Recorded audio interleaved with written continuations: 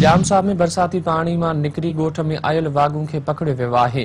गोठ Mohammad Mithal Sharma wild life खाते की टीम वागू के पकड़े वरतो आहे। तव्हां खे ख़बर ॾियूं पिया, जाम साहब में बरसाती पानी में निकरी गोठ में आयल वागू के पकड़ियो वियो आहे। गोठ मोहम्मद मिठल शर्मा वाइल्ड लाइफ खाते की टीम वागू के पकड़े वरतो आहे। तव्हां खे आगाह कयूं पिया, जाम साहब में बरसाती पानी में निकरी गोठ में आयल वागू के पकड़ियो वियो आहे। गोठ मोहम्मद मिठल शर्मा वाइल्ड लाइफ खाते की टीम वागू के पकड़े वरतो आहे।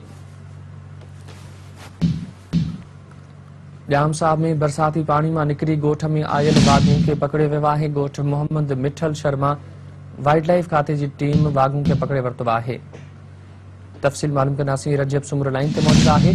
रजब, गोठ में आयल वागू के पकड़े वियो आहे वाइल्ड लाइफ खाते पारां, छा तफ़सील आहे?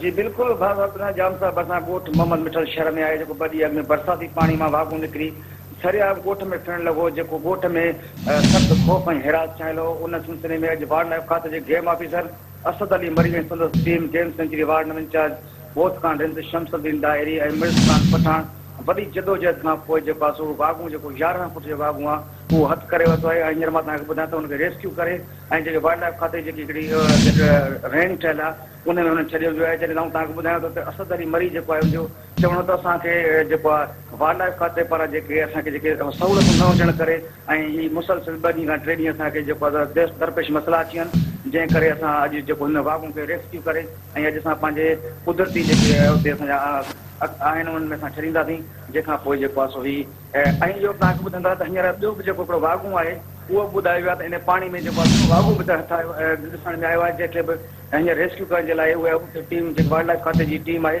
उहा उते मौजूदु आहे। पर आऊं तव्हांखे ॿुधायां त हिन ॻोठ में मुकमिल खौफ़ ऐं हिरास थियल आहे। जेको पाणी हुन में आहे उहो 5 खां 7 फुट पाणी वॾो हुजण करे इहे जेके रेस्क्यू में ऑपरेशन करण में सख़्तु मुश्किलातूं अचनि पियूं। जी रजब, महिरबानी तफ़सील ॼाणण लाइ।